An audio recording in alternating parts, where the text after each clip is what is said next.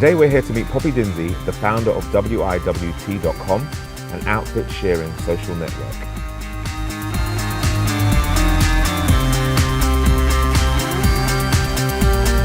I studied at University College London, Economics, Business and East European Studies, and kind of expected to go into emerging markets. But I started during uni working in the London tech scene, working for vertical search engine startups, and I got really into the whole tech scene and startups and working your own business and being your own boss and all of that kind of thing. So I started a fashion blog, and it was really simple in the beginning in that it was a New Year's resolution, and it was December of 2009, and I thought for 2010 I'm going to wear a different outfit every day for a year and just post a photo on a simple posterous blog. But by May of 2010 I realised this is getting kind of substantial traffic, and in terms of affiliates I can be making money out of it, so decided to leave my full-time job and focus on it. Okay, yours is a unique business. Could you explain to us how the business model works?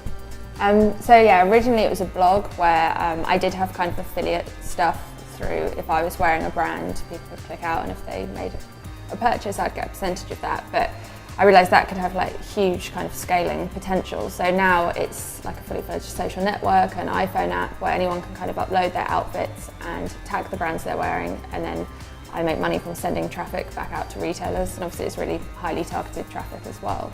So there's that affiliate model, and then also we have just general ad space on the site which people can buy just as with any kind of website, and then we can do really kind of cool bespoke promotions and partnerships with brands. I've been on Twitter since about 2008 and have kind of always used it to support what I'm doing professionally. So at the time I was a real estate writer, and I have always been really personal with it as well, and I think that's what's always helped me kind of gain followers, because I talk about that's no holds barred, and as much as I talk about work, it's also all the mundane stuff that I write about, kind of, or try to be fairly funny about my normal stuff, so people really have bought into feeling like they know me very well. So when I've switched and gone from writing about one thing to then going into fashion, a lot of the people who aren't necessarily interested in fashion have stuck with me as my audience because they're interested in it. It's a huge traffic driver to my site. The amount of business opportunities, the most recent jobs and all sorts of things have all come off the back of it, and referrals through it, and any kind of contract I have with a client nowadays, a big part of it is they want me to tweet from my personal account. I know there has been at least one negative press article about what it is that you do. How have you handled that negativity?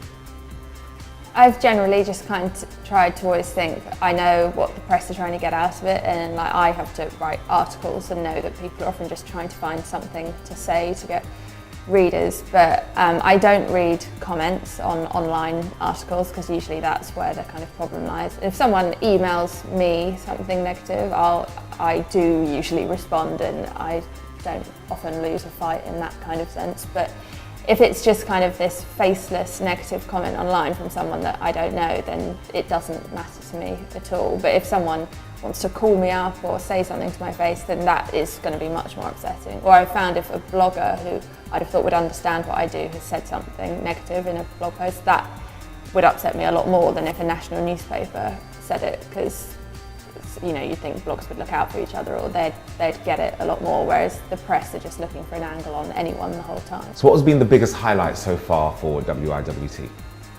I think kind of the highlights are almost every week, luckily, and that's kind of what keeps me going. But this summer I reported on celebrity fashion at music festivals, pretty much every music festival, every weekend I was somewhere else, and interviewing kind of my heroes and stars I've loved for years and years, and getting them to talk about their outfits. That was really exciting. And conversely, what has been the biggest challenge so far? I think kind of sticking with something, and I've always had really well-paid jobs, and it's odd for me now to just think I can't afford this, or the amount of sacrifices, and I gave up a really plush flat and all sorts of things to invest everything back into the business. When it comes to your experience in business, what have been the scariest moments for you?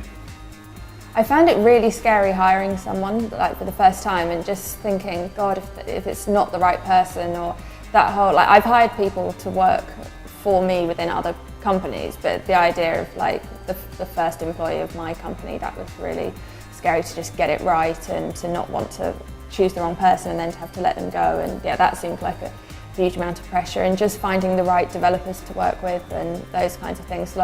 decisions that when you're working for other people you don't care so much about suddenly are hugely important when it's your own money being spent on things. So what's the number one lesson that you've learnt as an entrepreneur? I think that kind of sleep is overrated and you just have to work very, very hard in the beginning, and if you kind of wouldn't risk your own, like make huge sacrifices to your own life with it, then you can't expect investors to put their money into, or banks to be lending you money, or people to come on board in your team. I think you have to be the person working harder than anybody else, sacrificing more than anybody else, and then you'll build the right people around you. Okay, this may be a bit premature, but what's next for you?